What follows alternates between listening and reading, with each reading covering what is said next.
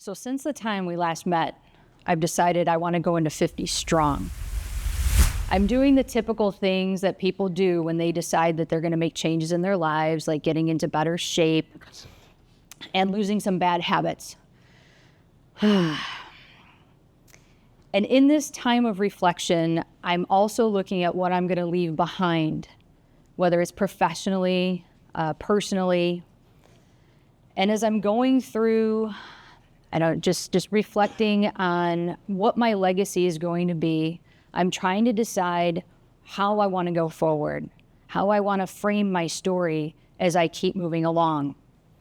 So I've decided to reclaim my creativity. I've decided to fine-tune my communication skills and amplify my gratitude.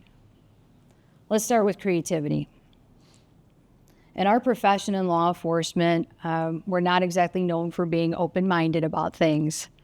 And besides some singular opportunities to get creative on calls or do things a little differently once in a while, we don't have a lot of opportunities to really bring out that spirit in ourselves, where we get to make things, or we get to allow ourselves to shine through what we're doing in our careers. When I was 2.5 years old, I started playing the violin, and I played pretty steadily throughout my 20s. I was lucky enough to appear internationally in some pretty cool venues.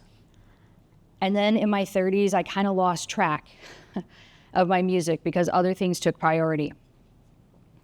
And now, the last time I played was about 5 years ago at a funeral, just kind of a bummer, right? One of the things I really enjoyed about music was the ability to get into a flow state, just become one with what I was doing. And flow state is about the intense concentration you have about the task at hand, and it's coupled with a sense of control over what you're doing and balanced out by whatever your particular skill set is. And when those three things would come together for me, I would disappear into the music. It was like becoming one with what I was doing, and I wouldn't even realize that time had passed. So I've decided I don't want to wait until I'm 50 to reclaim my creative spirit. I went to the violin maker, got my violin tuned up, and now I got to dig out my music. But to balance out the intangible creative outlet that music provides, I'm also taking a dive into metalsmithing as well, so I can experience a more tactile sort of creativity.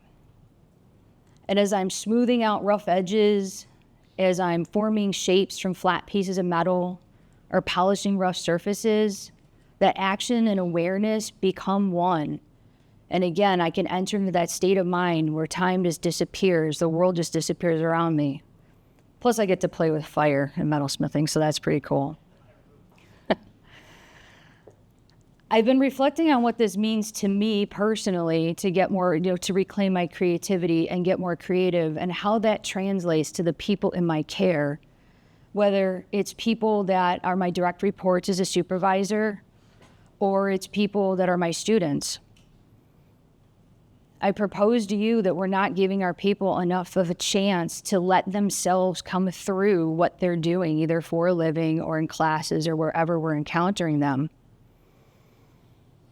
I've got a really good example of this. One of the advocates in my wellness group makes these incredible homemade pizzas, and Tyler's so proud of his work.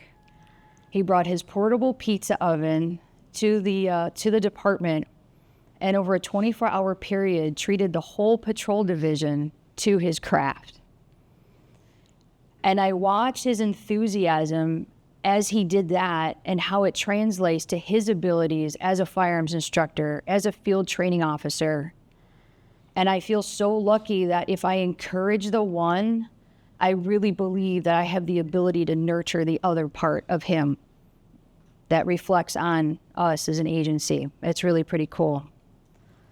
So I challenge you all to look at the people in your care and see where you can tap into these strengths that all of them have around you that we have a tendency to overlook or ignore at times. because they all make these wonderful contributions to these lives that we're involved in our careers. But figuring out people's creativity and their outlets also takes communication. The talking part of communication is pretty straightforward. Even when I don't know what to say, I can figure something out. But communication is an exchange of information, and we miss out if we're not receiving that information that's sent. It reminds me of the configuration of our old police department. So when officers would talk to supervisors, we had to do so over a counter. And this counter had a big post at the midpoint. On the other side of that post was a television that the supervisors got to look at, but the officers couldn't see. So every time I'm up there talking with the supervisor and the supervisor's looking like this, I knew they were watching the TV and not paying attention to me. Whether it was intentional or not, I can still feel that disregard to this day. And it makes me wonder how many times I've made other people feel that way with all the distractions we have going on. So technology is great, but it's also given us a lot of other stuff that interferes with our ability to communicate well with each other. And it's leading to some really bad habits, like interrupting each other, or failing to make eye contact, or missing nonverbal cues, right? And I think we can all get better at this. We need to take the opportunities to tune into the people who need our attention. And it's okay to say, hey, can you hang on 1 second? I want to get rid of my distractions, and then I can tune into you really, really well. And let's do that. Just be better, as Todd Fletcher would say. So as we create the space that we need for good communication, we also open up opportunities for gratitude. And I think this is such an important part of where we need to be as law enforcement officers, because there's so much out there that is that encourages us to be negative and resentful of all of the bad things that are going on in the world. Take, for example, our exposure to traumatic incidents. And I'm going to underestimate here when I'm saying, let's say we're exposed to 1 a week, right? Underestimate. We'll call it 50 a year for easy arithmetic. And if you look at a 20-year career, you're looking at least 1,000 exposures. A 30-year career puts you at about 1,500. There was a study that the World Health Organization put out in 2017 that talked about average exposures of traumatic incidents worldwide as they were looking at trauma exposure related to PTSD development. And their average was 3.2 lifetime exposures per capita. It's a big difference between what we're seeing as first responders, right? So we need to take a look at our experiences and how they're shaping our ability to see the world. Look for glimmers, look for the small positive things that you can find to help you feel like the positive outweighs the negative.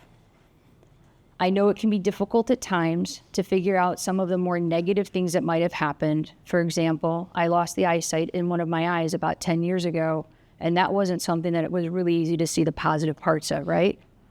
But at this point, I can directly attribute my promotion to supervisor to the time I spent on light duty and the work I was able to do there. So we all choose the lens through which we decide to see the paths in our lives. I am not suggesting that we all get super positive, skip around with unicorns, and fart rainbows. That's not where I'm going with this, although it would be cool to see that.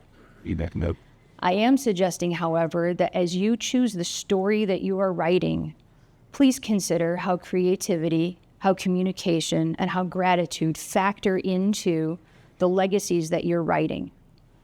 Find a way to get physically creative that complements what you do right now. Make listening the most important part of your communication, and find the glimmers in your lives that allow you to see that positivity outweighs all the bad stuff out there. Please try to live the actions that you hope to see in others. Thank you so much for coming tonight.